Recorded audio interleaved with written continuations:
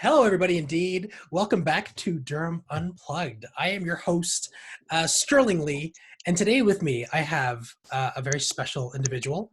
Um, he's half the man that I am, in that I am 100% Asian and he's only half. So, ladies and gentlemen, without any further ado, may I introduce to you stunning Steve Yamada. Steve, how you doing, buddy? You know what? If I was a pay-per-view wrestler, that is going to be my. Oh no, I can do better. Come on, you know I'm a wrestling fan. I'll be like, ladies and gentlemen, stunning Steve Yamada. You gotta flex. Come on, you gotta flex. Do the Hulk Hogan. do a little bit of this. I know, but he's a racist, so we don't talk about him anymore. You know, when I was Wrestlemania 6, I wanted to go. I wanted to go so badly. I saw the bus signs, and my old man refused. He says, it's not real. And even though I was in grade 6, I was a little naive back then. It broke my heart. It was like finding out there was no Santa Claus. Oh, that's how you found out? It was just your dad telling you? My dad, and so when WrestleMania 18 came, right? And there's me, my brother, my sister, and my youngest brother. He really wanted to go, and I said, you know what? It's fake. Let's go down in the basement. Oh, you brought him. Let's make our signs. I'm going to go line up in front of the Sky Dome, right? To make sure we get some good seats. And I slept overnight in my line to. How old were you? How old were you at this point? Oh, what was that? It was over about 20 years ago. Oh my God. It was about 20 years ago. So, he loved it. I loved it. And it's one of those special memories too. But I was a huge wrestling fan back in the day. So this is an embarrassing fact about me. I am, like, to this day, a huge hardcore wrestling fan. I think I know I'm a grown man. I get it. I'm your dad's age when he told you couldn't go. But Well, a couple times a month we get thrown into the squared circle of municipal politics. Oh, it's way more vicious than okay. It's way more vicious. But I always tell people, like, people will be like, oh, I saw Martin Luther King Jr. speak for the first time, and that's what inspired me to be a public speaker. Or, I saw Barack Obama, whoever. For me, it was like, I saw The Rock and Stone Cold Steve Austin and Shawn Michaels speak for the first time, and I was, like, captivated, and I wanted to emulate their charisma and just the energy and the way they just, people are hanging on their every words. I wanted to learn that skill, so I was more self-taught based off wrestling, of all things. Ric Flair, 1992. Oh yeah, Ric Flair was crazy. With a tear in my eye. Oh. Yeah, and after that Royal Rumble, that was. Yeah. I remember watching that. That was good stuff. Steve, I never knew you're a wrestling fan, or at least a lapsed wrestling fan. I stopped. When would I say? About 10 years ago, I stopped. Things got busier, and sure. But I can guarantee you, I have 2 girls. If I had a boy, we would definitely start watching. But there's I guess a big women's contingent now in pro wrestling. So maybe my daughter will get into it, and I'll be making signs with her. Who knows? Well, the craziest thing right now is that I think Florida just announced that, of all things, the WWE is an essential service. So they're allowed to continue with live shows. Now, coincidentally, hilarious. I believe they made like an $18.5 million donation to the governor through a super PAC. I'm sure that's completely unrelated. But yeah, of all things, it's like ambulance, doctors, nurses, fast food, grocery, and the World Wrestling Entertainment is an essential service. I would just like my dry cleaning to open up again, because I got a little lax in going to pick it up, and then the pandemic hit, and my clean clothes are trapped with my dry cleaner. But I find I haven't worn a dress shirt in like 3 weeks because of this pandemic. Like I've realized I'm wearing all these like old like sports jerseys that I used to own. And so I've been doing the same as well. I've been doing the same as well, but when we do some of these videos for the town, I'm thinking to myself, okay, I wore that shirt. Can't wear that shirt. I've got like 3 or 4 shirts now, because you got to cycle them. All my dry cleaning is being held hostage at Roslyn and Anderson. Well, I think it was Mark Holland who taught me the importance of the sport coat and those coats that you can just mix and match and wear with a t-shirt. Yeah. I used to have a pretty basic style. I actually do have a very basic sense of style. I don't really have that eye for the aesthetic. But Mark's like, yeah, just buy like 5-6 dress coats and you can wear them formal, semi-formal, casual, and Mhm. you look good doing it. And I probably look better than I ever did. I always dress for comfort. So like wearing schlubby clothes like these was like kind of what I always wore up until I met my wife, to be honest. So she kind of helped me a lot with a lot of clothing choices as well. Well, my wife always told me I had an old man style of dress, but I didn't think it. I like shopping at the Banana Republic.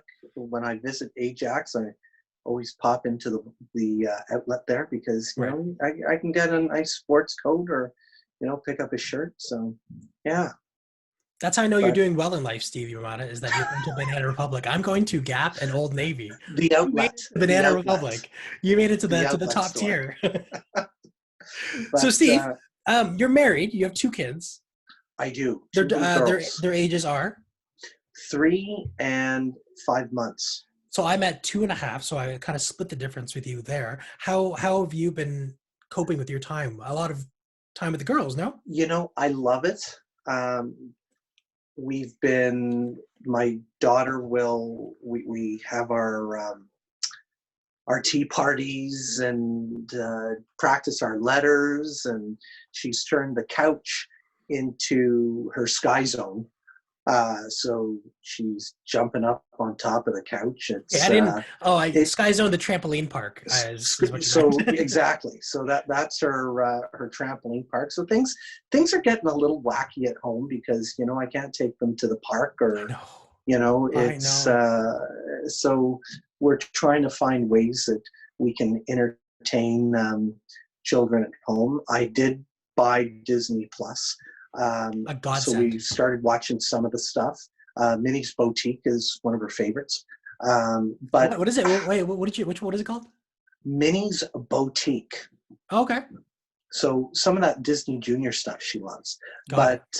We've been watching it on the computer because, I didn't do my full research and know that my TV is a little older. So I've ordered myself one of those Fire Sticks. Right. So hopefully that will solve the problem and we can watch it on the big screen. Can watch cartoons together. So, right. Nice. Yeah. And how long have you been married for? I don't know anything about you, Steve. 5 years. Just for the record, Steve 6 and I years. sit. 5 and 6 years. We sit opposite of each other at Regional Council, so he's like quite far. But we're both on the Planning and Economic Development Committee, and I sit right next to him. But it's always business with you, Steve. We're always talking business. So I want to hear more about you, the man. So sorry, you've been married for 5 years. I got going on 6. So I got married in 2014. So just before me, I got married I seem to be right after you for everything. So I got married 2016. My kid's a bit younger than yours. And how did you meet your wife? I have a sister, so there's always a good pool of girls that I could shout out to Steve Yamada's sister. What's her name? Her name's Leanna. She's actually a South Ajax resident. She's useless to me. I'm North Ajax. Useless to me. Politically useless to me. Well, you never know. Maybe one day when you're Mayor Lee. You're going to get me in trouble with that. You're straight up going to get me in trouble with that. For the record, there is no plan to be mayor. I'm incredibly happy being Ward 2 Regional Councillor. The words of Steve Yamada do not reflect the views of this podcast. But, okay, she lives South Ajax.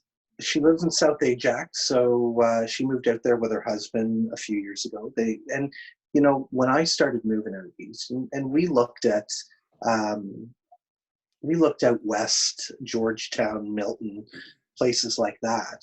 And then we started looking in Bowmanville, and my wife didn't drive at the time. So I said, there's no GO train out here. How are you gonna get around? So I said, let's look a little further west. So we started looking at Whitby and saw the kids playing at the park, a lot of young kids. And I said, we're gonna have a young family too. So this isn't a bad place. And I'll be honest with you, I'm a West Ender. So when we started looking, California West Ender? Oh, I wish. Okay. Etobicoke. Too far west. Okay. Former city of York, Etobicoke. So when we started looking, she wanted to look out in Durham region and Whitby. I was like, where's Whitby?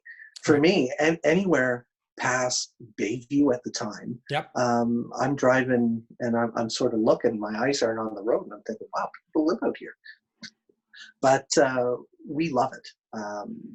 And this is where we're raising our family. And when we saw the tightness of the community, I thought, you know what, let's go look at some model houses. She wanted a place up here, so we decided on Whitby. That's super cool. Yeah. And do you remember what your first date with your wife was like? Did you guys go see a movie? Did you guys go for a walk? Okay, here's where the stereotypes might fit in: sushi. Of course. Okay, of course. You know, it's the ultimate aphrodisiac. Steve Yamada does not play games. Yeah, coffee and a little sushi, and but wait, coffee and sushi? That sounds disgusting. Coffee after. Okay, I was like, that is the worst mix. I always have to have my desserts, and you know, I gotta say, when I see Marilyn Crawford lifting up these tires, it's infuriating. and I think to myself, okay, I'm motivated now, and so then reality kind of kicks back in, and I go and have a butter tart and more coffee. Yeah, so, Marilyn just makes me feel bad about myself. I find like I'm the youngest, I'm the young buck on council and regional council, but I'm just so lazy because the child just saps my energy from me.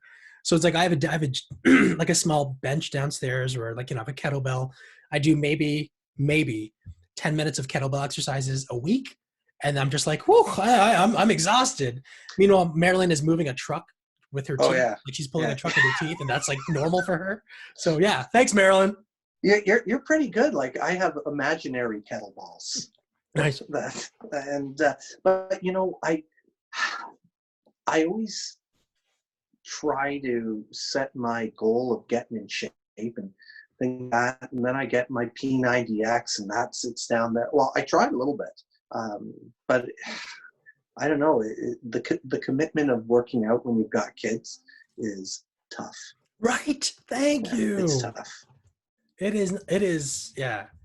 And, you know, but I mean, in Marilyn's not even defense, but like she had 2 kids, and now she's taking care of her grandkid as well, who's like, I think 8.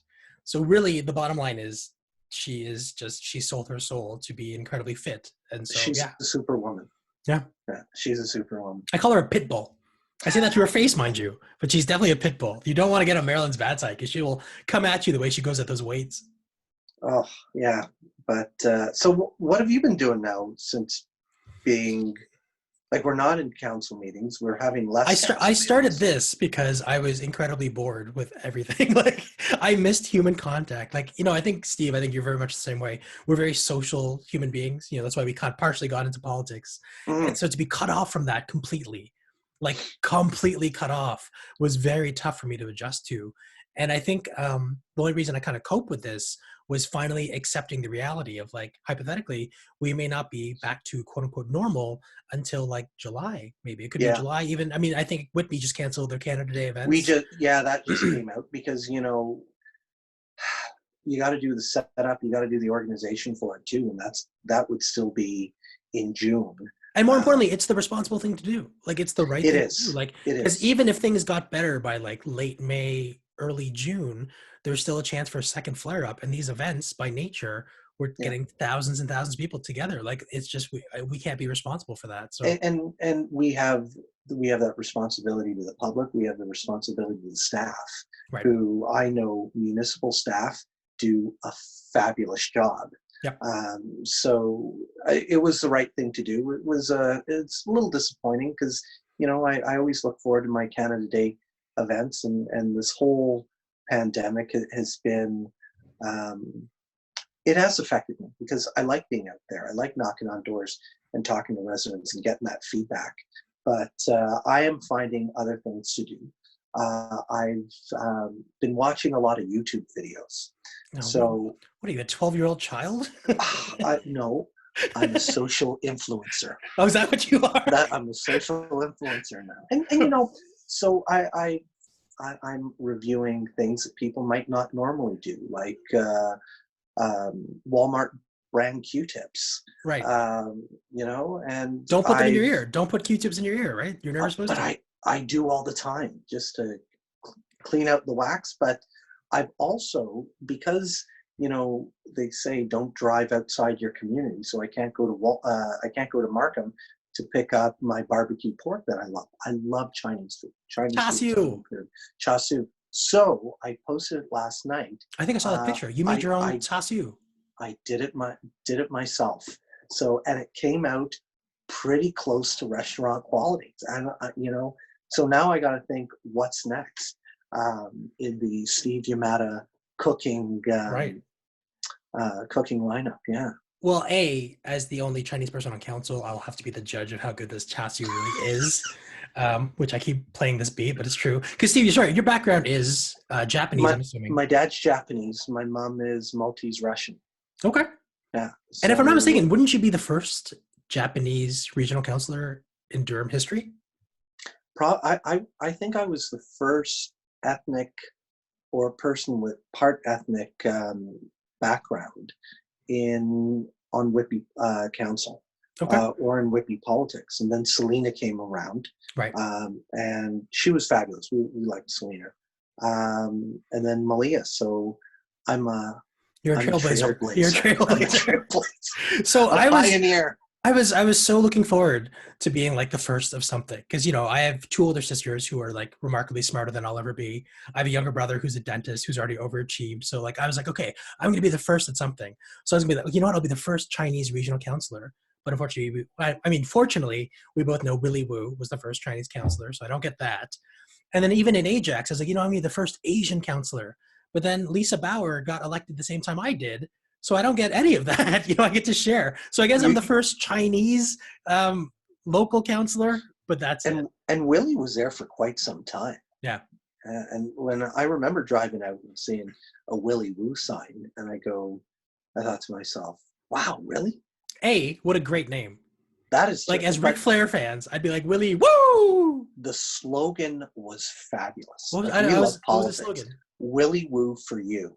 Oh, it rolls off the tongue. I thought to myself, this guy's gonna win hands down. Yeah. But no, every time we see Willie, he's just one of the nicest guys you'll ever meet. Always smiling, always just he's a very accommodating individual. Yeah. Now, Steve, we also share another love outside of wrestling, and we both like karaoke. I love karaoke. My man, that's what I'm talking about. I love karaoke. So what is your go-to? So let's say regional council, let's just say the 29 of us or 28 of us decide we're going to go karaoke. This will never happen, by the way, but hypothetically, let's just say maybe we could get a few of us out. Leahy likes it too. Yeah, I'm sure Tito will come, and I'm sure we'll get, we'll get a few people, but let's just say we go karaoke. So you got to break out, Steve Yamada sings first because he's got to show off. What's your go-to song that makes you look like a monster?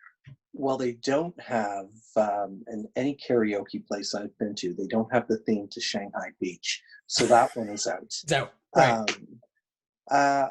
I like Elton John. I like doing Elton John, Billy Joel, Mark Cohen. Walking in Memphis is one of my, okay. That's a showstopper. Put on the blue suede shoes. Yeah, that's a Yamada showstopper. Okay. But I don't know. The Durham Chinese Canadian crew really liked my rendition of Shanghai Beach. Oh, so Steve and I are at an event celebrating Chinese New Year in Pickering Town Center, and Steve is like whispering to all of us. He's like, "Hey, I'm gonna sing a song," and I think it was me, Kevin Ash, Chris Leahy, Malia. I think Marilyn was there as well, and we're all like, "What do you mean, man?" He's like, "No, I'm gonna sing a song in Chinese." And first, my first instinct is like, Steve, you're not even Chinese. He's like, no, I got this. So we're all standing back being like, here we go. So they introduced Steve. Steve's like, Thomas, who's the organizer, I've prepared a song. And you sang it with an MPP, didn't you? Billy Pang. Yeah, Billy Pang. I didn't know Billy was going to be there because when I talked to Tom, I was going to go up and just sing it. So I got to think of what I'm going to do next year. And what was the song? Shanghai Beach. Right. La Hong Ban. Okay, don't show off on my show. How dare you? I'm gonna mute you right now. And it's funny because I'm probably like the most Canadianized Chinese person you'll ever meet. Like I know a handful of Chinese words, but I was actually unfamiliar with that song. But My ears can pick up if someone is like saying the words properly or you're just kind of faking it. And I'm not gonna lie, if my grandmother was there, she would have adopted you immediately and disowned. Oh, That's how good your singing was. That's how good your uh, pronunciation was.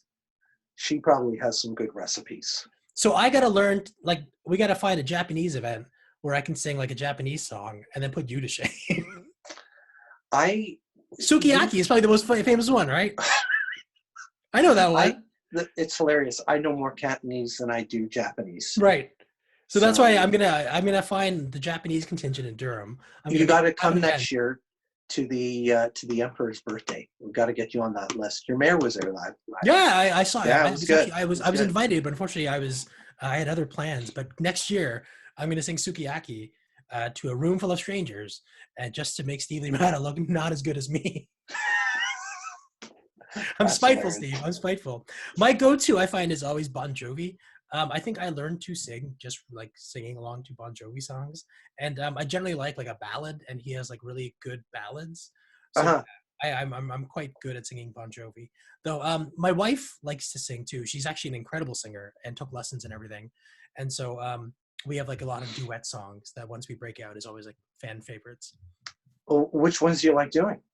Our wedding song was Nothing's Gonna Stop Us Now from Starship. Okay. And we sing that, and we also sing Meatloaf. I Would Do Anything for Love, and I would sing most of it. It's That's just a good one. The last part, and it's just some of them are long. I'll be very honest, and everybody hates a long karaoke song, but it's pretty good, to be honest.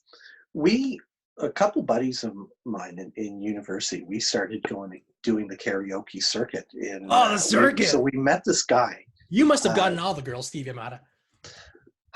Yeah, the ones over 50.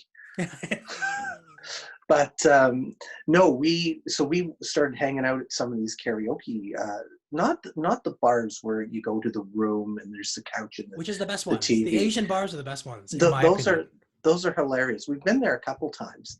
But you went to the one where they call you up on stage and there's like tables all around, and yeah, you have to, because part of karaoke is the entertainment factor, especially when you've had a few drinks. Then it's just even more fun. Yeah. My new favorite song to do is, sorry, just interrupt. My new favorite song, like speaking of crowd pleasers, is that song from Mulan, I'll Make a Man Out of You. Have you ever heard it? No, I haven't.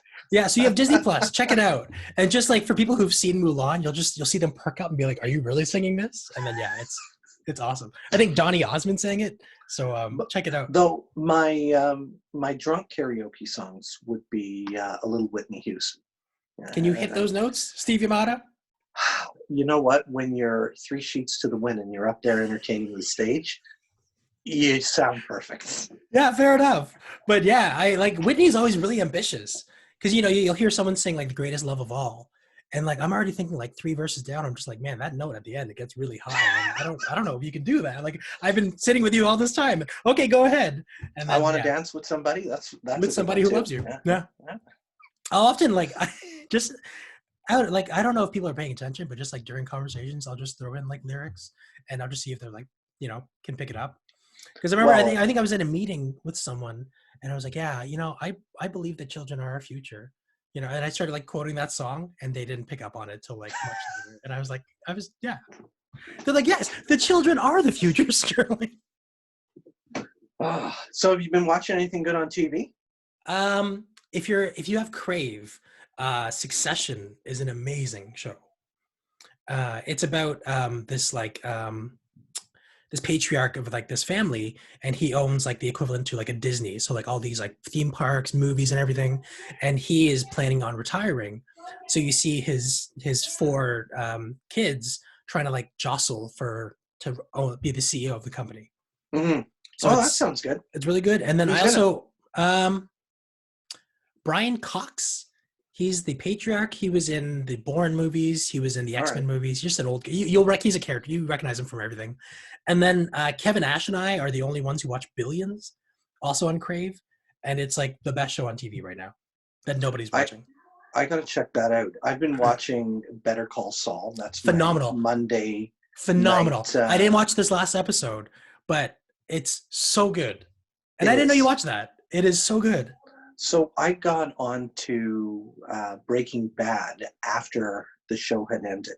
Right. So I binge watched the whole thing, and I thought, wow, this is fabulous stuff. Yeah. And when they did the prequel, Better Call Saul, I started watching it. And, some people would say it was a little slow at the beginning, but I thought it was really good, just showing how Jimmy becomes starts Saul. up, what his life was like before he got into dealing with criminals in the cartel. But it's great. Next year's the final season. That's unfortunate. Are you sure of that? They said that sixth okay. season is going to be the final season. I don't mind. Like I just love like the small things of just like, oh, this character who Jimmy mentions casually in one throwaway episode, they bring back and now he's like a major character. Lalo, like he brought up. Yeah. And then like stuff like building the laundromat. Yeah. Something so basic, but we're just like, oh, I know where this is going. Like, Better Call Saul is consistently one of the best shows on TV right now. And Breaking Bad, like, man, like when you rewatch Breaking Bad, you realize how good that show was and how good Bryan Cranston is. I don't think there's a day that goes by that I don't say like to my wife, I'm like, say my name. Not a day goes by. And she rolls her eyes. She's like, Sterling, get the hell out of here. And I'm like, say my name. That's hilarious. Yeah, no, so I've been watching that. I watched the Picard Star Trek reboot. We started and then we fell off because it got kind of boring. I liked it. Yeah. Are you a big Trekkie? I liked it. Star Trek II: The Wrath of Khan was the first movie I saw in theaters. My parents were big Trekkies, so so I saw that in the theaters with them, and I loved it, and I got hooked.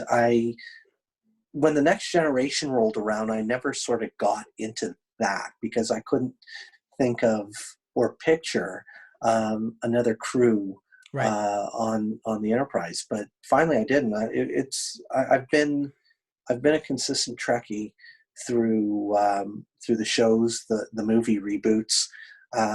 Star Wars, I love. I always try. I'm a huge Star Wars fan too. Try to get to the theater, make sure I saw those movies.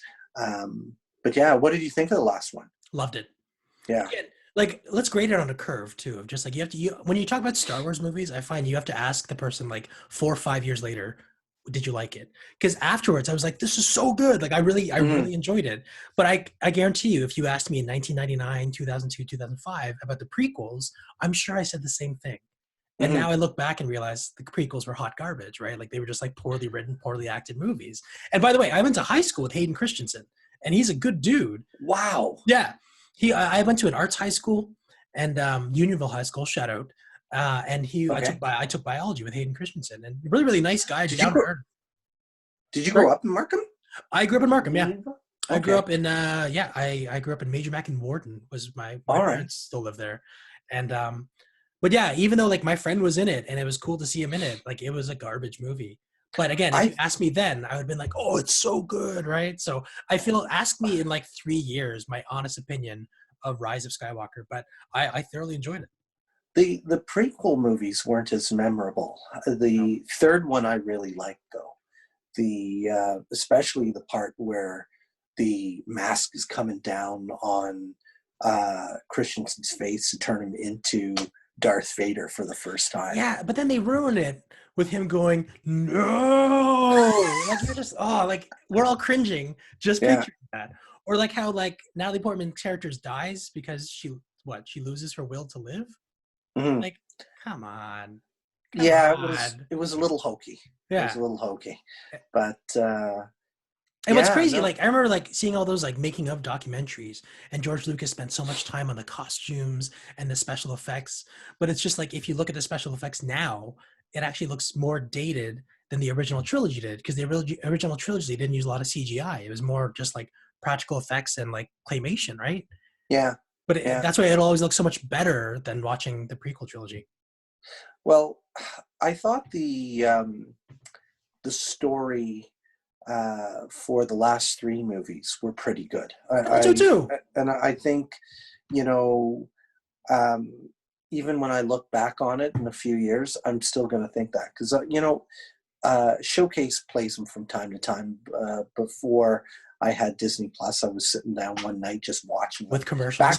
with commercials. Back to the Future. The second one was on a little while ago, late night, and that's the problem too. You know, when you don't have anywhere to get up and go in the morning, you've got time to watch late night movies at 1:00 in the morning. Oh, but like I gotta get up at like 6 because my kid gets up like clockwork. So it's like for me, I can't sacrifice 6? Yeah, he's a pretty early riser. He's consistent though, so I can't get mad at it, right? Like he's always up at 6. He goes down to his nap at 12, gets up at around 2:33, and then like always goes to bed at 7. So it's like it's never a fight to get him to bed. But your kid's 2.5? 2.5, yeah. So that it's still in the nap time. My 3-year-old doesn't nap anymore. Oh no! Don't tell me that happens. Go. But she goes down at 7:30, and she's up between 8 and 8:30 in the morning. So it's not that. It's bad. It's a trade-off, right? Yeah. I'll get more nighttime sleep, but I don't get the mid-afternoon reprieve. But the little one goes down for her nap, so that's always a good thing. True. But big Star Wars fan. Back to the Future, Star Trek, Better Call Saul, I think is still what trilogy fabulous. I was waiting for a Zoom call to start, so I just put on The Dark Knight from Christopher Nolan, and then I was just like the Joker with the Joker, and then like 2.5 hours later I had finished the whole thing. It was so like I guess like I had forgotten how good that movie was, and so now we're watching Batman Begins and The Dark Knight Rises because like that was also a perfect trilogy in my mind. I gotta admit, I haven't seen some of the newer Star Wars, Batman movies. That's going to be on my list of things to watch next week. Steve, I implore you, if anything, you have to watch this trilogy. It's so good, and it's on Netflix, so please check that out. Okay, yeah, I like watching my documentaries too. I did. Tiger King. You did Tiger King. We all did. I haven't done that yet. Oh, really? I haven't done that yet. I like watching my World War II documentaries. I like watching my political documentaries. I watched Mitt Romney, and when that was on Netflix, I think it still is, and it was just really good because to see what this guy went through his campaign. And then to come out on the other side. Fortunately for us, we've never lost yet.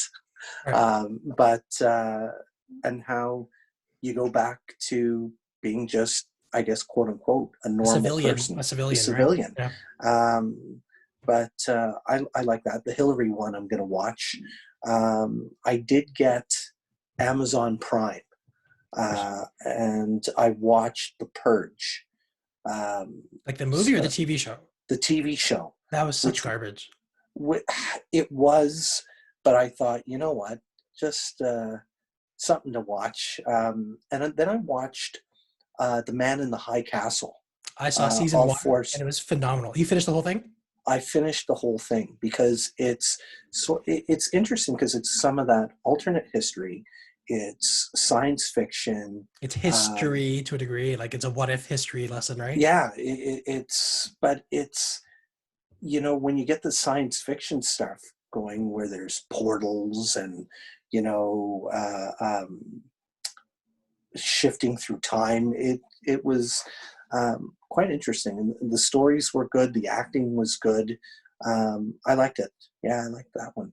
Well, I'm definitely gonna revisit. I literally forgot about it, so you mentioned it, and I had finished the first season like when it aired like years ago, and then I just never followed up. It's one of those shows that fell off the radar, but now I got time, so now's the time to check out all these old shows, right? We've got a lot of time. So, yes. But I'm hoping things eventually get back to normal because I do miss the connection with the residents, and I miss sitting next to you at my man. That's what I'm talking about. Planning and Economic Development. And we're going to have a big job to do. I think when this is for done. Sure. It's the rebuild, but it's. I think everyone is giving everyone a lot of slack right now. Like it's that hashtag, as corny as it is. We are literally all in this together. No one is exempt from this. So we have our work cut out for us as the elected officials, but it's what we signed up for. It's good work. I don't think any of us signed up for this specifically, but this is the hand we're dealt, so we will play it to the best of our ability. Sorry. We'll be able to look back at the great toilet paper shortage of 2020 / Tiger King. Tiger King and toilet paper is how we're going to remember COVID. I'll tell you, April, because when that was all happening, when you couldn't find toilet paper, I had to drive out to a Canadian Tire in Markham because my wife said, I finally found toilet paper online. And it was this brand I'd never heard about, April Soft. It wasn't. So, you know. It wasn't soft? Like it was like one ply? Yeah. It wasn't April Soft. It was not. It was. it was March rough. It was like sandpaper. But, you know, we used it. Yeah. I mean, it is what it is, right? Like, yeah. Steve, before we let you go, is there a restaurant or a nonprofit you want to plug? People can check out because, I mean, now's the time we got to support these local businesses. Oh, so I've been doing a lot of eating out on the weekends. So doing the takeout. And we've been to Bella Notte, which is a fabulous Italian restaurant, a tavola. But I supported this company, Holly Crescent. They're a great group. They're a catering business. They live out here in Whitby, and they've done galas and things like that around Durham region. Great group. Helping out the food banks. You know, the Salvation Army here in Whitby is doing fabulous work getting food out to people. And making sure, you know, the vulnerable, the seniors who may not be able to stand in a Walmart lineup to get their food. So, you know, what the food banks are doing here in the community, I think it's just fabulous because integral. It is really important work because they're filling a need for seniors. And, you know, as we say, stay at home. If this is a virus that's hitting a lot of old people, we got to make sure that our seniors are taken care of. Cool. And where can the folks at home find you online? They can find me on Facebook, Twitter. You know what? I just say Facebook and Twitter. I think it's at Whitby Steve Yamada. You think or you know? Yeah. Okay. We're gonna. For the record, before I gotta double check. Before I start any of these episodes, I tell the guests. I know. Prepare a nonprofit and a business, and prepare your social media logins. And Steve's like, no problem. I had a lot of businesses to think of. Let me just go on the Twitter. So my Facebook is at Whitby Steve Yamada. Whitby Steve Yamada. And the Twitter is Old Man Steve. Old Man Yamada, that's right. At Councillor Steve Yamada, but Councillor is CLLR. It's a short form. At CLLR Steve Yamada. Okay, not the cleaning product. Not the cleaning product. You can find me, as always, on Facebook, Twitter, Instagram, at Your Voice for Ajax, 4 for the number 4. And Steve, what a pleasure. This was a lot of fun.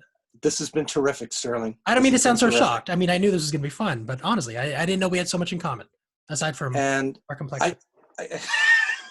I got to say, though, you know, when I see you at home with your championship belt, I am jealous. I gotta grab one.